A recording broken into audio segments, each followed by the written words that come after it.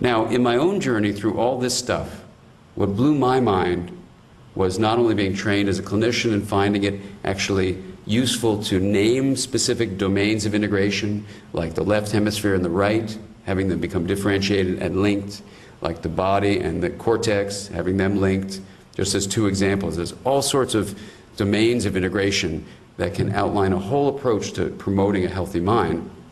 But one very direct approach, which has been around for, it turns out, thousands of years, was taught to me only very recently because I, by accident, used the word mindfulness in a book on parenting.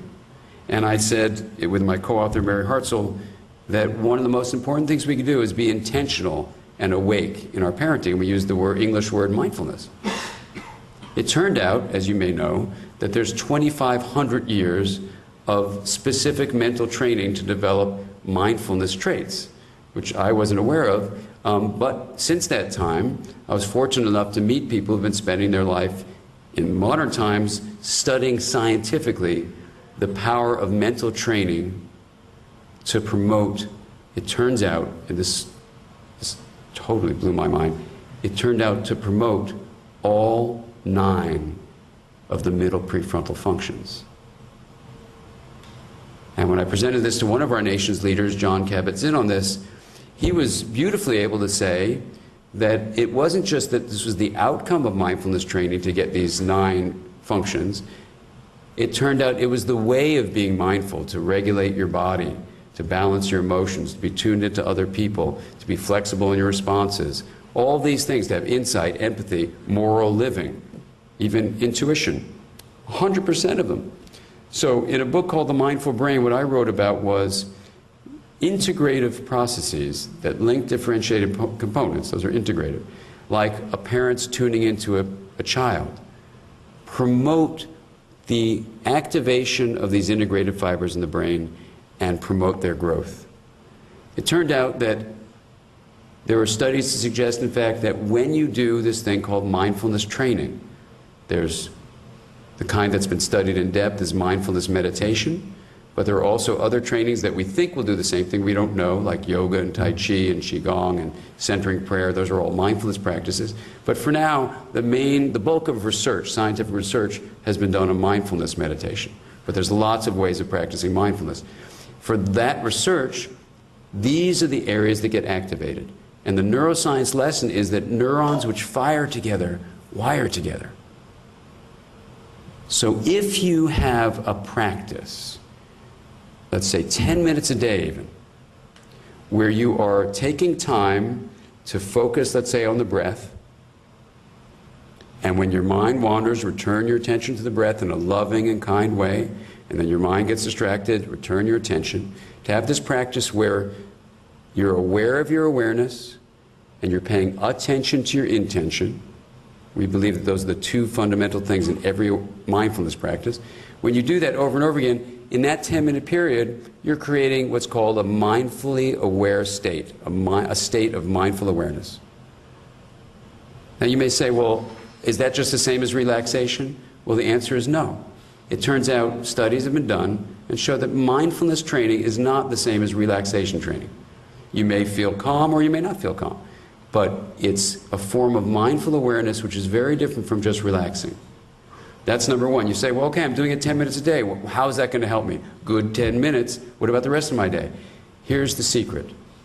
When you intentionally practice firing off neurons, you stimulate neuronal activation and growth. You snag the brain, stimulate neuronal activation and growth. When you create those states, they will change the structure of the brain, and subsequent studies have actually shown that that's true, to make a mindfulness trait.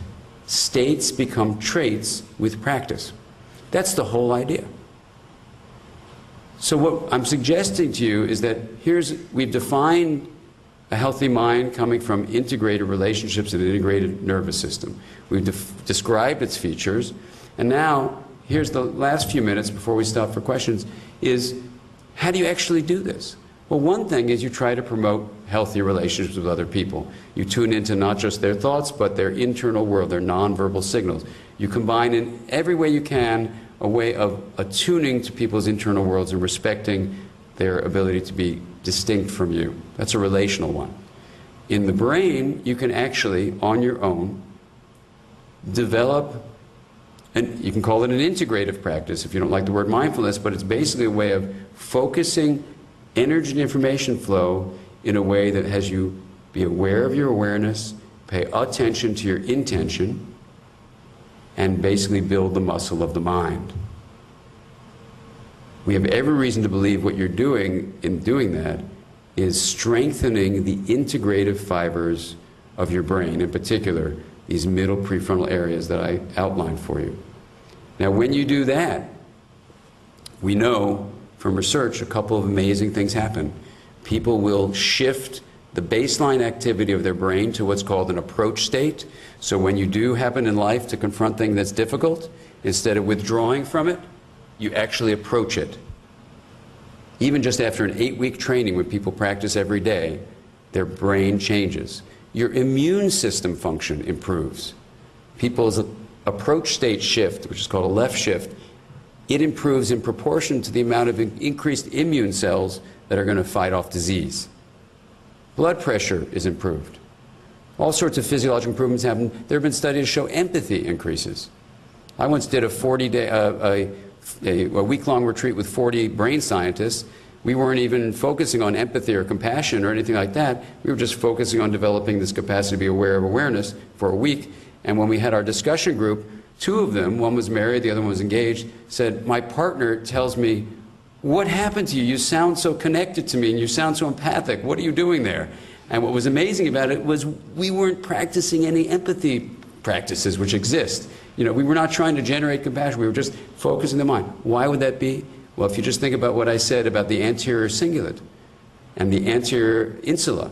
We didn't talk about the anterior cingulate, but it's part of the middle prefrontal area. When these two go together, the anterior insula's activation, which is what you practice when you're aware of your breath, hour after hour, day after day, you're going to strengthen what your anterior insula is doing.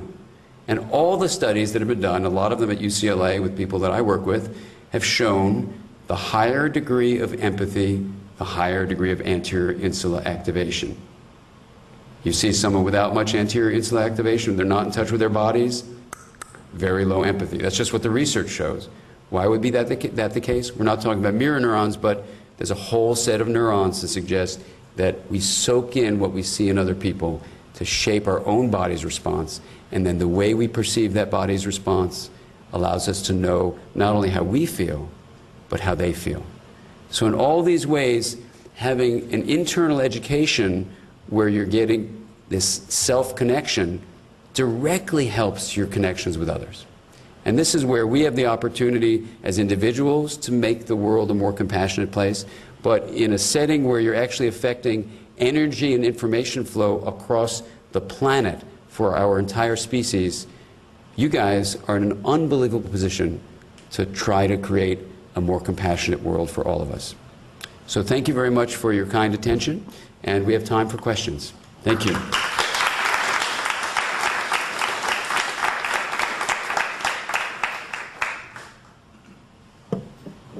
Please. You said that you did some mindfulness training for kids. Yes.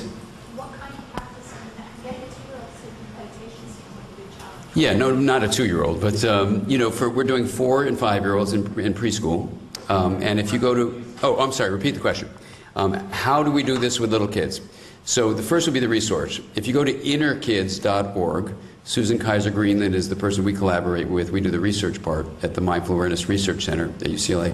And there we are working with 4- and 5-year-olds and studying the outcome. And the outcome is amazing. The kids are more tuned into each other. The bullying has decreased. There's this sense of more presence and flexibility.